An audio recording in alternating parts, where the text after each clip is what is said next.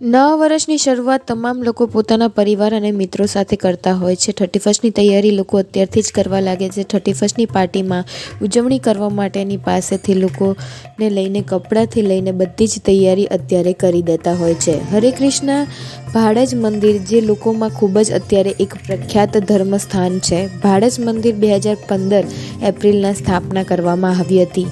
તે ભાડજ મંદિરમાં 31ની ઉજવણી કરવામાં આવતી હોય છે. ભવ્ય ઉજવણી કરવામાં આવતી હોય છે.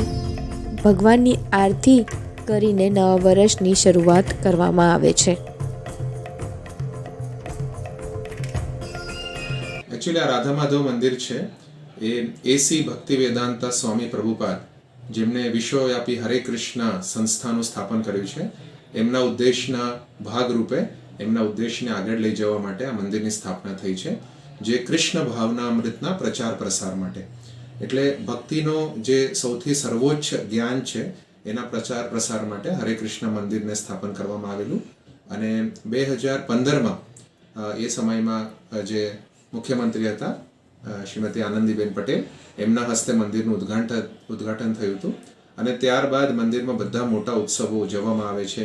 જન્માષ્ટમી છે, રામનવમી છે, દશેરા છે.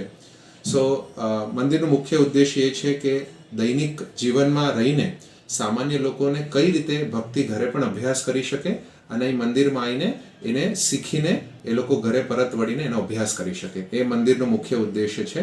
અને ભગવાનના જે શ્રીમૂર્તિ છે શ્રી શ્રી રાધા માધવ, એમનું જે સુંદર જે કલ્પના, જે સુંદર એમનું જે થયું છે શિલ્પકાર, એ જયપુરમાંથી વિશેષ રૂપથી બનાવવામાં આવ્યું છે. અને શાસ્ત્રો અનુસાર એમનું પ્રાણ પ્રતિષ્ઠા પણ અક્ષય તૃતીયાના દિવસે 2015માં કરવામાં આવેલું. નવા વર્ષની વાત કરીએ તો દરેક વ્યક્તિને એક ઉત્સાહ હોય જ છે. અને આપણે જેમ બધા જાણીએ છીએ કે નવા વર્ષે બધા કંઈક ને કંઈક રેઝોલ્યુશન, કંઈક સંકલ્પ કરવાની ઈચ્છા ધરાવતા હોય છે. તો મંદિરથી જોડાયેલા ભક્તો અને અન્ય લોકો પણ જે મુલાકાત માટે દર્શનાર્થીઓ આવે છે, એમના બધાને આવું એક સંકલ્પ લેવાનો એક માધ્યમ મંદિર દ્વારા પ્રોવાઈડ કરવામાં આવે છે. જેના થકી મંદિરમાં જેમ સામાન્ય લોકો પણ 31ના નાઇટને અલગ અલગ જગ્યાએ જઈને સેલિબ્રેટ કરવાનો પ્રયાસ કરે છે, તો મંદિરમાં પણ લોકોને અમે ઇન્વાઇટ કરીને બહુ સરસ ફૂડ ફેસ્ટિવલનું આયોજન કર્યું છે. તો લોકો આવીને અહીંયા ભગવાનનો પ્રસાદ લઈ શકે. અને ત્યારબાદ રાત્રે 10 વાગ્યાથી રાતના 12 વાગ્યા સુધી અનેક આપણે કલ્ચરલ ઇવેન્ટ્સનું આયોજન કર્યું છે, જેના થકી લોકો જે છે આપણા સંસ્કૃતિને જાણી શકે અને એમની અંદર જે નવા વર્ષને સેલિબ્રેટ કરવાની જે ઈચ્છા છે એ ભગવાનના સાનિધ્યમાં પૂર્ણ થાય.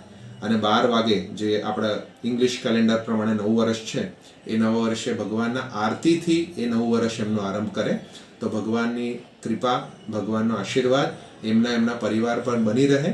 અને આધ્યાત્મિક રીતે કઈ રીતે એ લોકો સંકલ્પ લઈને હજુ ભગવાનની સેવામાં પોતાના જીવનને સુધારવાના માર્ગ પર એ કંઈક સંકલ્પ લઈ શકે, એવી વ્યવસ્થા મંદિર દ્વારા કરવામાં આવે છે. અને એ 31 ડિસેમ્બરે આપણે ઉજવવાના છે. નૂતન વર્ષને આવકારવા કાર્યક્રમની શરૂઆત હરે કૃષ્ણ મંત્ર કીર્તનથી કરવામાં આવે છે. આ પ્રસંગે ફક્ત અમદાવાદ નહીં પરંતુ દૂર દૂરથી પણ લોકો આ મંદિરે 31ની ઉજવણીમાં જોડાવા માટે આવે છે. પરિવાર, મિત્ર, ભક્તો અને તમામ લોકો આ ઉજવણીમાં જોડાય છે. આ ઉજવણીમાં લગભગ 2000થી પણ વધુ લોકો જોડાતા હોય છે.